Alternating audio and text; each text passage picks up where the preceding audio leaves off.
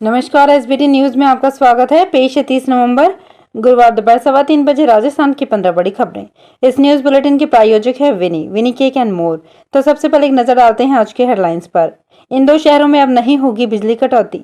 319 करोड़ खर्च के बावजूद जयपुर की हवा नहीं साफ। सब नेता एक ही टेलर से सिलवा रहे कुर्ते। बीजेपी के 32 तो कांग्रेस के 22 बागी नेता चुनावी मैदान में। और सजा होने पर बोले सोलंकी, कोई टेंशन की बात नहीं। और अब खबरें विस्तार से।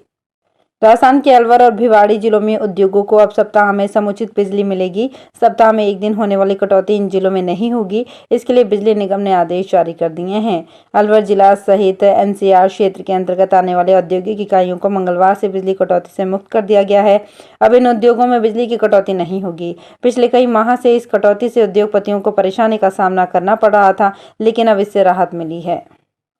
राजधानी जयपुर की हवा सुधारने के लिए केंद्र सरकार ने नेशनल एयर कंट्रोल प्रोग्राम के तहत 3 वित्तीय वर्ष में 300 करोड़ रुपए से अधिक दिए, लेकिन दोनों शहरी सरकारों ने अब तक एक भी काम ऐसा नहीं किया जिससे प्रदूषण कम होता। इतना ही नहीं, इस प्रोग्राम के तहत खरीदी गई 6 एंटी स्मॉग गन में से 4 का अभी तक उपयोग ही नहीं किया गया है, जबकि दिवाली के बाद प्रदूषण का स्तर लगातार बढ़ रहा है।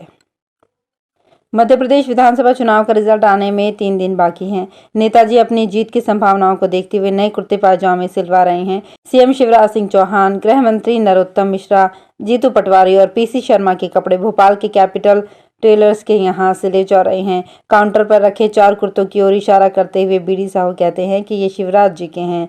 साहू कैपिटल टेलर्स के ऑनर हैं। उनकी दुकान नेताओं के कुर्ते पायजामे और जैकेट्स तैयार करने के लिए मशहूर है। बीडी साहू और उनके कर्मचारियों को इन दिनों फुर्सत नहीं है।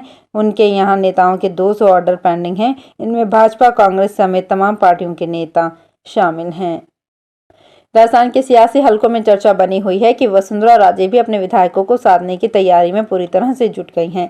इसको लेकर पूर्व सीएम राजे निर्दलियों और बागियों से लगातार अंदर ही अंदर संपर्क कर रही हैं। दरअसल दोनों ही पार्टियों के बागियों को उनके अपने ही दल से अंदरूनी सपोर्ट मिल रहा है। भाजपा में बागी नेताओं की संख्या 32 है तो कांग्रेस में 22। ऐसे में बीजेपी में पूर्व मुख्यमंत्री वसुंधरा राजे भी कई निर्दलियों को अपने पक्ष में करने के प्रयास में जुटी हुई हैं।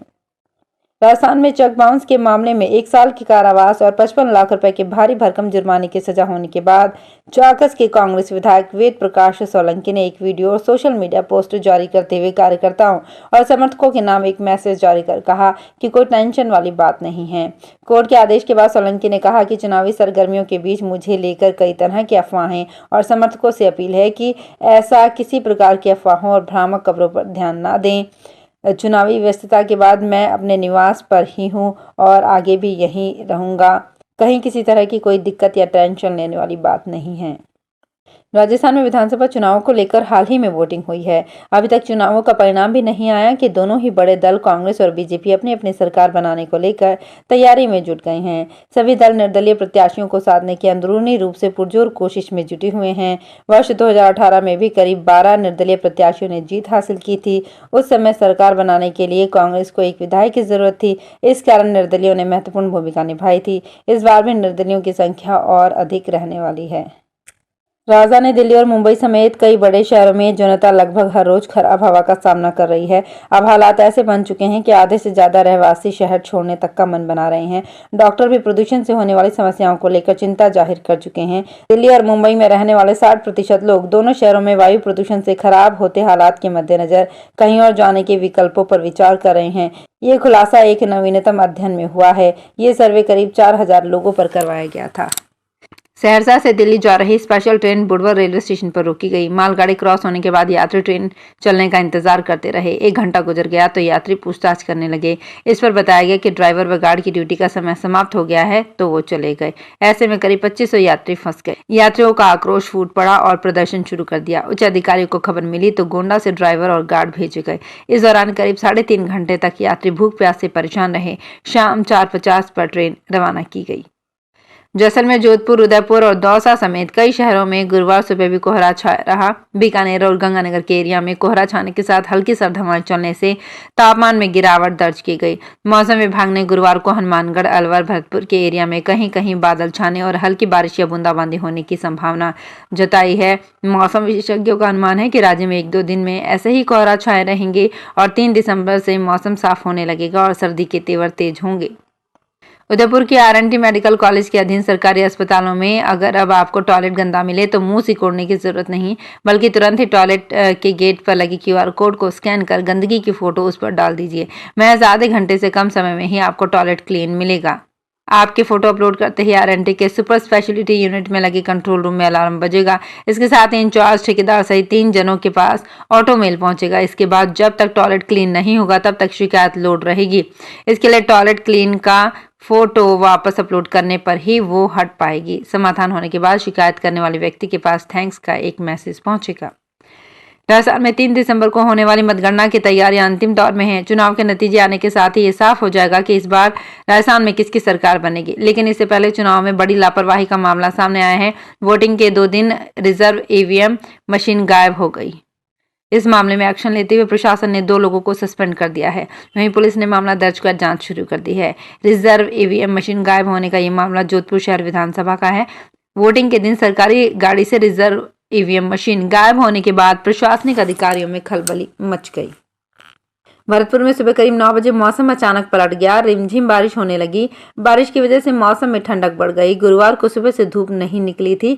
पिछले 3 दिनों से मौसम में ठंडक बनी हुई है, जिसके कारण लोगों के गर्म कपड़े निकल आए हैं। भरतपुर शहर के आसपास के इलाकों में हल्की बूंदाबांदी हो रही है। बीते दिनों रात का पारा 9 डिग्री सेल्सियस तक पहुंच गया। जयपुर शहर के आराध्य गोविंद देव जी मंदिर में भक्तों के हस्तलिखित 100 अरब से अधिक राम नाम महामंत्रों की परिक्रमा करने का सौभाग्य मिलेगा। यहाँ 1 दिसंबर से 10 दिसंबर तक राम नाम महामंत्रों की परिक्रमा महोत्सव का आयोजन हो रहा है। जयपुर शहर में 10वीं बार राम नाम परिक्रमा का आयोजन किया जा रहा है। राजधानी में सबसे पहले 2005 में यह आयोजन शुरू हुआ। तब इस बैंक में 17 अरब हस्तलिखित राम नाम महामंत्र ही थे, जो अब बढ़कर 100 अरब राम नाम महामंत्र का संग्रह हो गया है। भारत सरकार के सामाजिक न्याय एवं अधिकारिता मंत्रालय ने विश्व दिव्यांगता दिवस पर दिए जाने वाले पुरस्कारों की घोषणा कर दी है। इसके तहत उदयपुर के नारायण सेवा संस्थान के अध्यक्ष प्रशांत अग्रवाल का भी चयन किया गया है। आगामी 3 दिसंबर को दिल्ली में राष्ट्रपति द्रौपदी मुर्मू द्वारा समारोह में अग्रवाल को सम्मानित किया जाएगा। ये अवार्ड अग्रवाल को दिव्यांग सशक्तिकरण के क्षेत्र में उत्कृष्ट सेवा कार्यों के लिए सर्वश्रेष्ठ व्यक्ति श्रेणी में दिया जा रहा है। राजस्थान और अलवर जिले में कक्षा 12वीं की पढ़ाई करने के बाद नीट की परीक्षा में केवल बायोलॉजी के विद्यार्थी ही शामिल होते थे, लेकिन इस बार होने वाले नीट 2024 परीक्षा में गणित के विद्यार्थी भी शामिल हो सकेंगे और डॉक्टर बन सकेंगे। अब डॉक्टर बनने के लिए 11वीं और 12वीं में गणित विषय के साथ ही बायोलॉजी विषय लेने वाले विद्यार्थी भविष्य में मेडिकल कोर्स में दाखिला ले सकेंगे। नेशनल मेडिकल कमीशन ने यह आदेश नीट 2024 परीक्षा के लिए जारी किया है। तो फिलहाल इस बुलेटिन में इतना ही। फिर हाजिर होंगे कुछ और बड़ी खबरों के साथ। अगर आप भी अपने आसपास की छोटी बड़ी और महत्वपूर्ण खबरों से अपडेट रहना चाहते हैं तो सब्सक्राइब कीजिए हमारे चैनल SPT न्यूज को और प्रेस कीजिए बेल आइकन पर।